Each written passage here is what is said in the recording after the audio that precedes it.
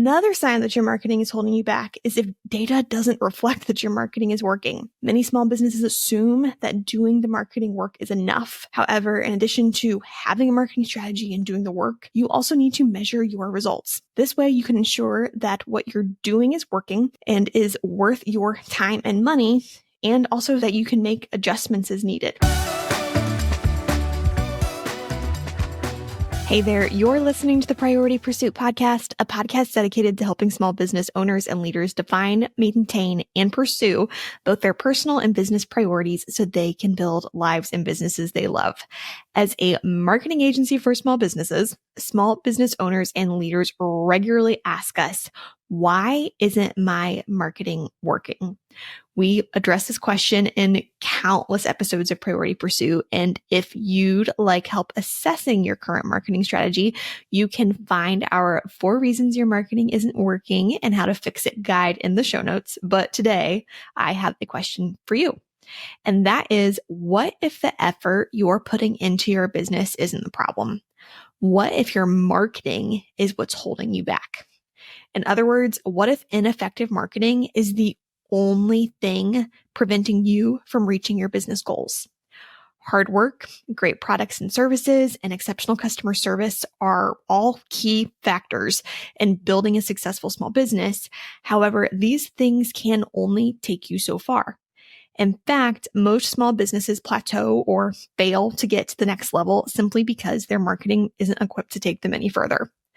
But friend, Kelly, the rest of the Tree Frog team and I firmly believe that you work too dang hard for ineffective marketing to stand in the way of reaching your business goals.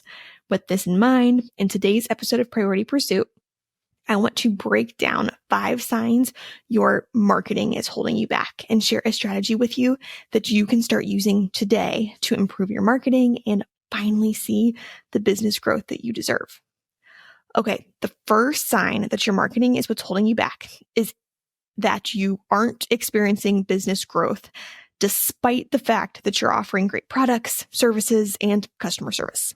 As a quick side note, great marketing cannot fix bad products or services or customer service. For the sake of this conversation, and because I'm sure you work incredibly hard, we are going to assume that the customers you do have right now are thrilled with your work. They're happy with your customer service. They're happy with your products. They're happy with your services, just all that you do. They think you're great. Anyway, whether your revenue is going down or simply staying stagnant, if you aren't seeing business growth, chances are your marketing is the issue. Again, we will talk more about the marketing strategy that we recommend small businesses use later on in this episode. But if you aren't experiencing steady business growth, or if you just cannot seem to meet your revenue goals no matter what you do, it's time to assess your marketing strategy. Another sign that your marketing is holding you back is that all of your business, or at least a majority of it, is a result of referrals or word of mouth. Now, don't get me wrong, as a small business, referrals aren't important.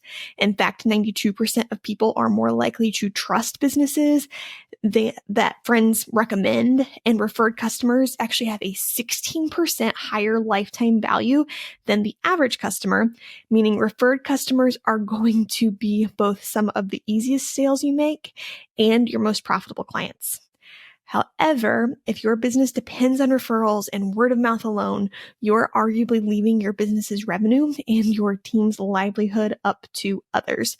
Because unless past customers happen to share about your products or services, you won't have new business coming in.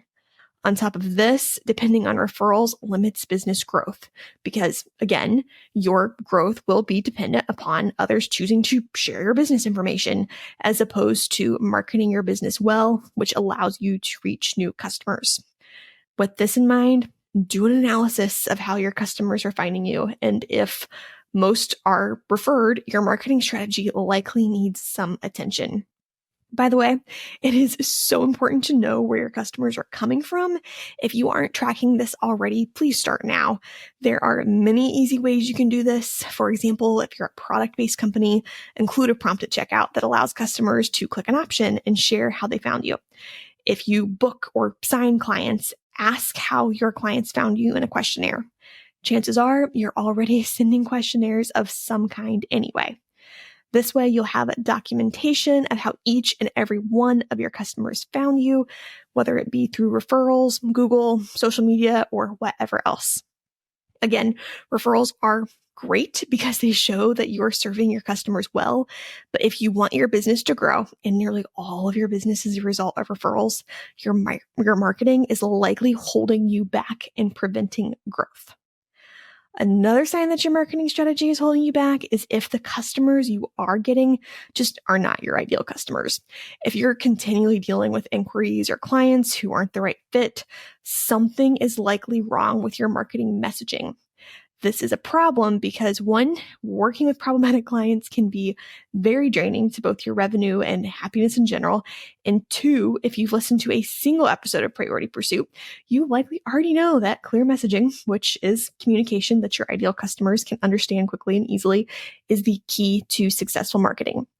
To clarify your message and to make sure all of your marketing messaging speaks directly to your ideal clients, you need to write what we call your marketing guiding statements. Marketing guiding statements are simply written guidelines that position your brand and business as a trusted partner. And the process of writing these guidelines or statements gives you the information you need to write clear, concise, effective messaging in a story-based framework, which is proven to be the most effective marketing framework. But story is a conversation for another day that we just don't have time to get into right now. Quick side note. But we've done several episodes about marketing guiding statements, so yours may already be done. But in case you've yet to complete this critical step, or if you're now realizing that your messaging isn't attracting the right customers, I want to encourage you to check out our free mini course that breaks down exactly how to write your marketing guiding statements. You can access this mini course at the link in the show notes or by going to treefrogmarketing.com/marketing guiding statements. Now, another sign that your marketing is holding you back is if data doesn't reflect that your marketing is working. Many small businesses assume that doing the marketing work is enough. However, in addition to having a marketing strategy and doing the work, you also need to measure your results. This way, you can ensure that what you're doing is working and is worth your time and money, and also so that you can make adjustments as needed. Because Kelly will actually be on the show in just 2 weeks to do a full episode about what marketing metrics small businesses should be tracking, we aren't going to dive too deep into this point now. But if data doesn't support that your current marketing efforts are resulting in leads and sales, your marketing strategy is holding you back. Many small businesses don't have an effective marketing strategy, and because of this, they try one tactic after another without seeing results. This not only prevents consistent business growth, it makes managing marketing efforts more difficult than it should be. As a marketing agency for small businesses, we understand how frustrating it can be when hard work doesn't deliver the results that you want. Because of this, TreeFrog has developed a proven 4-step marketing system that will help any small business grow. On our website, you can also schedule a 30-minute discovery call to discuss working with TreeFrog to build a marketing strategy that will allow your small business to finally see the growth you've been working so hard to achieve. What would you do with an extra 45 minutes every workday? That would save you 16 hours a month or roughly 8 days a year. And over the course of your career, we're talking about over 1 year of your life saved. All that time back. Well, many independent business owners spend far more than 45 minutes a day on administrative tasks. And with HoneyBook, you can get that time back and then some. HoneyBook lets you easily manage projects, contracts, invoices, scheduling, and client communication, saving you time and allowing you to better serve your clients. For a discount on your first year of HoneyBook, visit honeybook.com and subscribe with the code PriorityPursuit. 45 minutes a day adds up quickly. Use it to focus on what matters most. Last but not least, another sign that your marketing is holding you back is simply if you don't have a clear, effective marketing strategy in the first place. So many small businesses try to market their businesses by piecing various tactics or the latest marketing trends together. However, the fact of the matter is that using marketing tactics and having a marketing strategy are not one and the same. If you're simply doing marketing things as you have time, you cannot expect to see consistent results from your marketing or to experience consistent growth in your business. You need a marketing strategy with clear steps and objectives.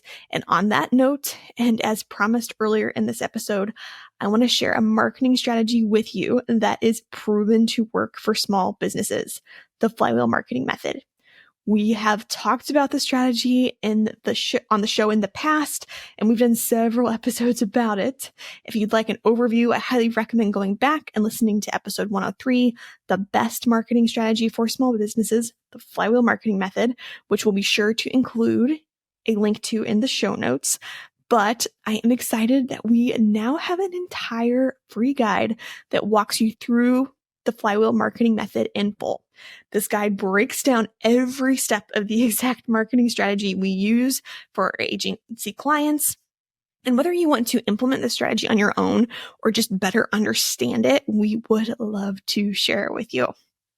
To access the most effective marketing strategy for small businesses, the Flywheel Marketing Method Guide, visit the link in the show notes or go to treefrogmarketing.com/flywheel.